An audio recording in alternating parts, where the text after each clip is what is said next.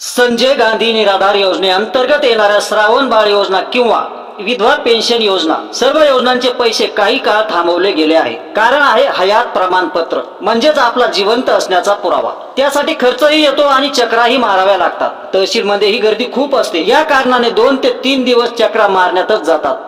या काळात अनुदानाचा एखादा हप्ता चुकला तर तो हप्ता पुन्हा मिळत नाही। कुणी वृद्ध असते तर कुणी एकल महिला, अशा परिस्थितीत आजारी पडण्याचाही धोका असतो। शासनाच्या हे लक्षात आल्या कारणाने तो मार्ग आता मोकळा केला। अर्थात हयात प्रमाणपत्र देणे अनिवार्य आहेच, पण त्यासाठी कुठेही जाण्याची आता आवश्यकता राहिलेली नाही। आपण बसल्या जागी आपल्याच घरातून हे काम करू शकतो, तेही काही क्षणात, आणि त्यासाठी एकही रुपया खर्च करण्याची आवश्यकता नाही। विचारात पडलात हे कसं शक्य?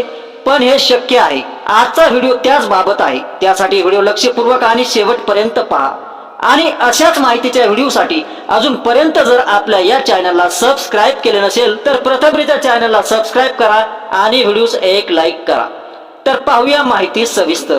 स्क्रीनवर दिसत असल्याप्रमाणे प्रत्येकाकडे मोबाईल तर असतोच, नसेल तर कोणाचाही चालतो। प्रथमतः त्या मोबाईल मध्ये आपण प्ले स्टोअर ओपन करायचे आहे।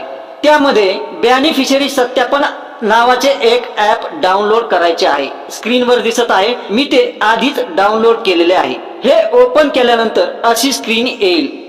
प्रथमतः हे पुन्हा दुसऱ्याच्या किंवा आपल्याच नावाने रजिस्ट्रेशन करायचे आहे। ज्याच्या नावाने रजिस्ट्रेशन केले त्याच्या आधार नंबरने चेहरा व्हेरिफिकेशन करायचे। मी ते आधीच केलेले आहे, माझ्याच नावाने ते मी रजिस्ट्रेशन केलेले आहे।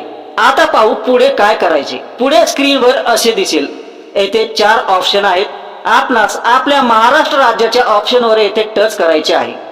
त्यानंतर समोर असे दिसेल, आता पुन्हा एक वेळ येथे टच करा, आपणास असे दिसेल। आता 1 नंबरवर या ऑप्शनवर पुन्हा एक वेळ टच करा। आता ज्या व्यक्तीचे हयात प्रमाणपत्र काढायचे आहे त्या व्यक्तीचा आधार नंबर येथे टाका। आता येथे तुमचा किंवा जवळ जो असेल तो मोबाईल नंबर येथे टाका। या तिसऱ्या रकान्यात काहीही टाकण्याची आवश्यकता नाही। येथे एक वेळ टच करा आणि शेवट या सबमिट बटनावर क्लिक करा।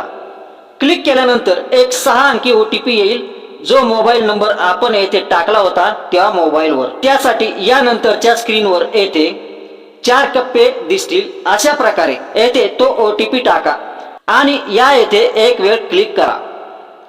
पुढे चेहरा व्हेरिफिकेशन साठी अशी स्क्रीन दिसेल। आपला चेहरा समोर अशा प्रकारे मोबाईल समोर धरा, एक वेळ डोळे बंद चालू करा, चेहरा व्हेरिफिकेशन होईल आणि येथे अशाच प्रकारे तुमचे हयात प्रमाणपत्र तुमच्या समोर दिसेल। आता तुमचे काम हे 100% झाले आहे। शासनापर्यंत ते हयात प्रमाणपत्र पोहोचलेही आहे। तरी याचा एक स्क्रीनशॉट काढा, याचे 2 झेरॉक्स काढा। एक झेरॉक्स कुणाच्याही मार्फत तहसीलला पोहोचत करा, एक आपल्याकडे जपून ठेवा, कारण पूर्ण 1 वर्ष हे प्रमाणपत्र चालते। माहिती कशी वाटली नक्की कळवा। धन्यवाद।